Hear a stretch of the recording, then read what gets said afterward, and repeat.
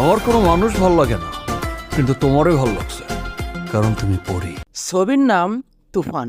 তুফান ছবিতে অভিনয় করেন শাকিব খান, যার বিপরীতে অভিনয় করেন মিমি চক্রবর্তী। এই কথাটা আগে কতজনকে বলেছেন? তুফান ছবিটি রচনা ও পরিচালনা করেছেন রায়হান রাফি। এই ছবিটি মুক্তির তারিখ ছিল 17 জুন 2024। তুফান যা হতে চেয়েছিল তাই হয়েছে। রাক্ষস।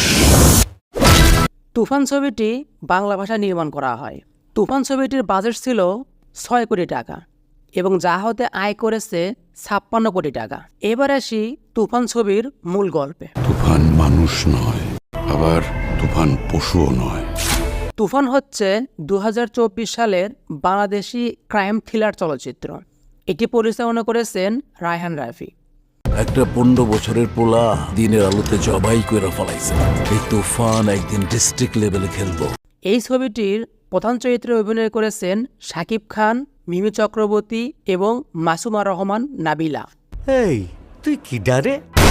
এই ছবিটির গল্প 90 দশকে বাংলাদেশের একজন গ্যাংস্টারকে ঘিরে অবতীর্ণ হয়েছে। কিন্তু বাশির ভাই জানতো না আমি একদিন ন্যাশনাল লেভেলে খেলবো। চলচ্চিত্রটি 2024 সালের 17 জুন বাংলাদেশে, 28 জুন পৃথিবীর আরও 14টি দেশে এবং 5 জুলাই ভারতের পশ্চিমবঙ্গে মুক্তি পায়। গল্পে একটা প্রেম মিসিং আছে স্যার। দুষ্ট কোকিল। এই ছবিতে দৈত্য চরিত্রে অভিনয় করেছেন শাকিব খান। গালিব বিন গনি ওরফে তুফান একজন মাফিয়া এবং শীর্ষ সন্ত্রাসী। তুফান পোষ মানে না, পোষ মানায়।